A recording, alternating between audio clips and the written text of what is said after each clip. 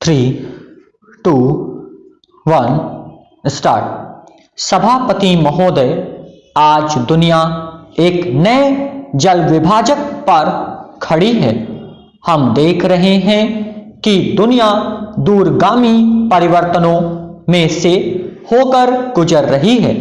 शीत युद्ध का अंत, सोवियत संघ का विघटन, सत्ता के नए उभरते हुए केंद्र और विश्व की अर्थव्यवस्था के ढांचे में होने वाले समायोजन, ये सब हमारे विचारों में, प्रौद्योगिकी में और राष्ट्रीय तथा क्षेत्रीय स्तरों पर सामाजिक व आर्थिक शक्तियों में होने वाले संतुलन का परिणाम है। मुझे लगता है कि ये सब परिवर्तन निश्चित रूप में सभी राष्ट्रों को समृद्धि की ओर ले जा रहे हैं और समय पाकर सभी राष्ट्र समान रूप से सत्ता का उपभोग करेंगे। हमारे दोनों देशों के लोगों के आगे प्रश्न यह है कि तेजी से होने वाली परिवर्तन की इस प्रक्रिया का सामना हम कैसे करेंगे। बदलती हुई अंतर्राष्ट्रीय परिस्थिति के इस नाजुक मोड़ पर विश्व पर प्रभाव डालने वाले दबावों और बदले हुए दृष्टिकोण के संदर्भ में शांति, सुरक्षा और विकास के बुनियादी प्रश्नों पर विचार किया जा रहा है। इन प्रश्नों का समाधान खोजने के लिए हमें न्यायोचित ढंग से सार्वभौमिक प्रयास करना चाहिए और ऐसा करते समय विभिन्न समाजों और सभ्यताओं की सामाजिक और सांस्कृतिक विभिन्नताओं को ध्यान में रखना चाहिए। इसके लिए आवश्यक है हमें पर्याप्त सहनशीलता हो, टकराव से बचा जाए और सहयोग करने की इच्छा हो। यह काम सरल बिल्कुल नहीं है, परंतु किसी भी प्राचीन सभ्यता की परख की कसौटी यही होती है कि अपने अस्तित्व और प्रगति के लिए नए और उचित तरीकों में ऐसा करके दिखाएं और ऐसा करते समय उस बुनियादी मूल्यों को बरकरार रखा जाए जिनसे जीवन को वैभवशाली ढंग से व्यतीत करने और केवल जीने के लिए जीने के वास्तविक अंतर का पता चलता है। एक सार्वभौमिक दृष्टिकोण अपनाने की आवश्यकता पर जोर देने की आवश्यकता नहीं है। मोटे तौर पर आज विश्व में राजनीतिक दृष्टि से तो हम देश अलग अलग इकाइयां हैं, परंतु आर्थिक दृष्टि से कई देश आपस में जुड़े हुए हैं। इसलिए विश्व में मानवता के सम्मुख उपस्थित कोई भी बड़ी समस्या क्षेत्रीय या उपक्षेत्रीय आधार पर हल नहीं की जा सकती जब तक कि वह सार्वभौमिक प्रयास का एक अभिन्न अंग न बने।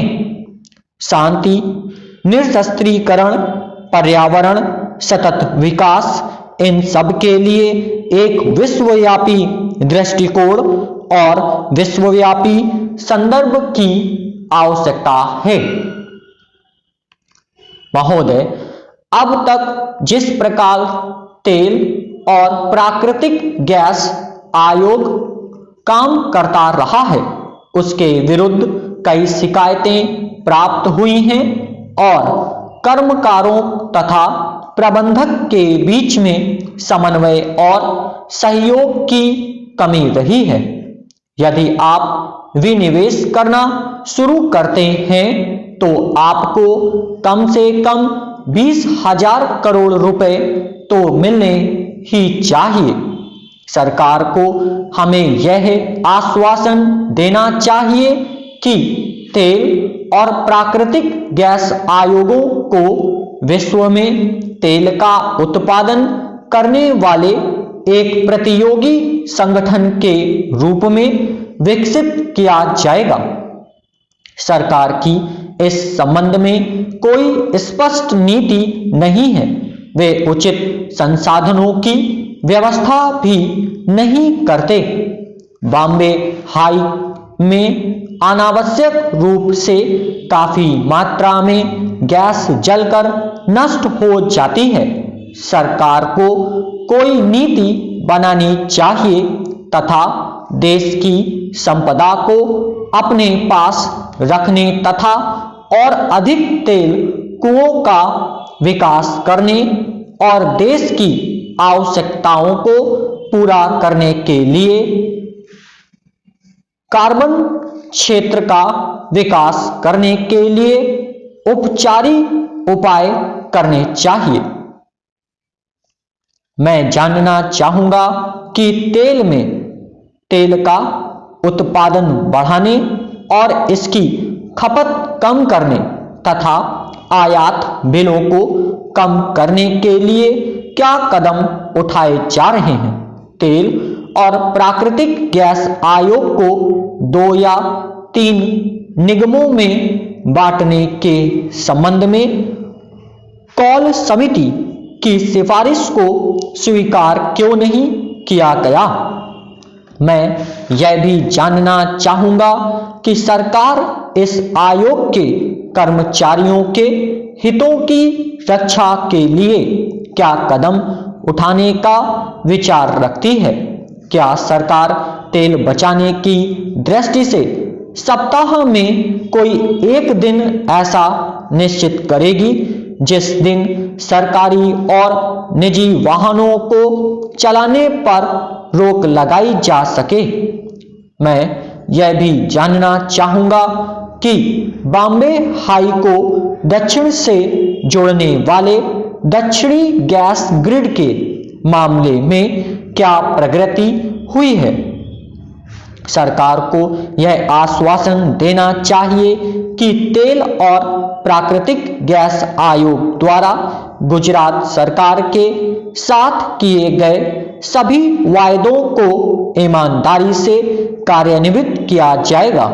तेल और प्राकृतिक गैस आयोग को कंपनी में बदलने में प्रतिस्पर्धा के जरिए विदेशी मुद्रा अर्जित करने में सहायता मिलेगी। गुजरात में नए स्थापित किए गए उद्योगों को गैस मिलनी चाहिए। ऐसी व्यवस्था की जानी चाहिए जिससे कि सभी ऐसी कंपनियां संसद के प्रति जवाबदेह बनाई जा सकें।